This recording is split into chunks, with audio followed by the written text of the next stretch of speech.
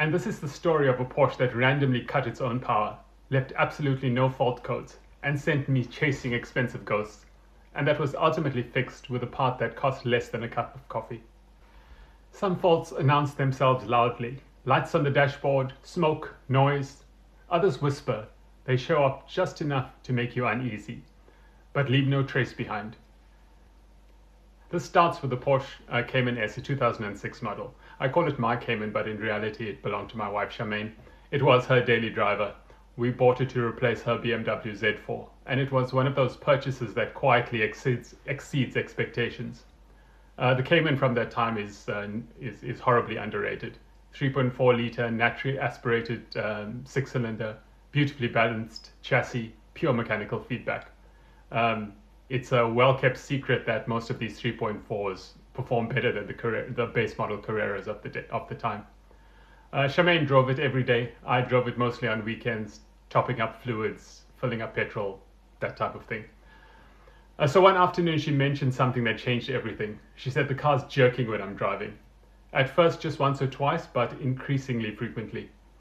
And when a symptom escalates, that's when you start paying attention.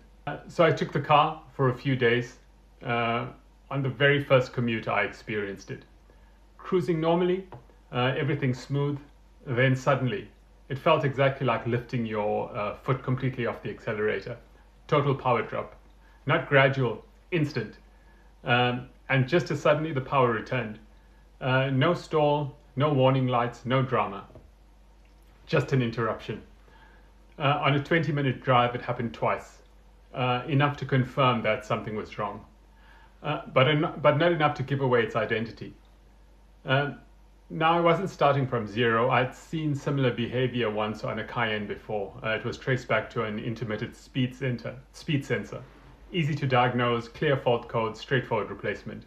So naturally I assumed, scan it, find the code, replace the component, move on with life. I pulled the Cayman into the garage and connected my Porsche diagnostic system. This wasn't guesswork territory. I was confident. Scan complete, there was nothing. No fault codes, no anomalies, no digital fingerprints whatsoever. And that's the moment every diagnostic engineer recognizes, when the machine insists that everything's fine, but reality disagrees. Without codes, the investigation becomes speculative. Possible culprits, fuel delivery interruption, throttle actuator behavior, pedal position sensor, intermittent electronic control issues, and none of these were inexpensive solutions. Pedal with a sensor, $400, throttle body, $500.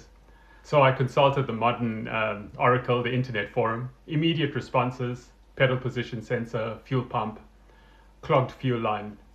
Confident opinions, zero verification. But replacing components based on collective guessing isn't diagnostics, that's gambling. So I went deeper, looking at the live data, throttle response validation, but everything behaved perfectly. And yet every day driving the car, the fault persisted. Power cut, recovery, repeat. At this point, I'll admit I was stuck. Meanwhile, I was working on another project which was modifying a Mercedes-Benz SEC to resemble an Eleanor Mustang, but that's a story for another day. But anyway, one of the design objectives of that was to put huge tires on the back, and that needed custom spaces. So while I was discussing this job with a machine shop, the guy said, I know a guy who might be able to help you with a Porsche. The guy was a Porsche specialist. He used to work for Carrera Motors. That was a nice independent workshop. It closed down, but it had a good reputation. So there was nothing to lose, so we drove over to see the guy. So we found him, old guy working on a 928 restoration. He was a very nice guy. We chatted for a while, and I described the symptoms. And he didn't hesitate at all, and he smiled and said, well, that's a common problem. That's the first time I'd heard those words about this problem. It's a common problem that nobody else had ever heard about. His answer? It was the brake pedal switch. What? What does a brake pedal switch have to do with engine power? So here's the story. Here's where architecture matters. Vehicles with cruise control cut the engine torque when the brake pedal is pressed and the clutch is pressed, and those signals feed directly into the ECU logic. But here's the subtlety. My Cayman didn't have cruise control installed, but Porsche's architecture embedded the functionality in the ECU anyway. Adding the option to the car simply installed the control stalk. So when the brake switch intermittently signaled activation, the ECU interpreted as a driver override and cut the power accordingly, exactly matching the symptoms. The replacement part cost about $3. The installation, 10 minutes. The most difficult part was getting under the dash to install the thing. The fault was eliminated entirely. This experience reinforced something fundamental. Diagnostics isn't about parts, it's about systems. Understanding, interconnections, software assumptions, design intent, hidden architecture decisions. Without that understanding, you chase components. With it, you solve problems. And sometimes, the difference between hundreds of dollars and $3 is simply knowing how the system thinks.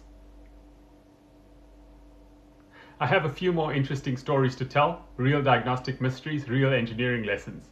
If you enjoyed this, subscribe, more stories are coming.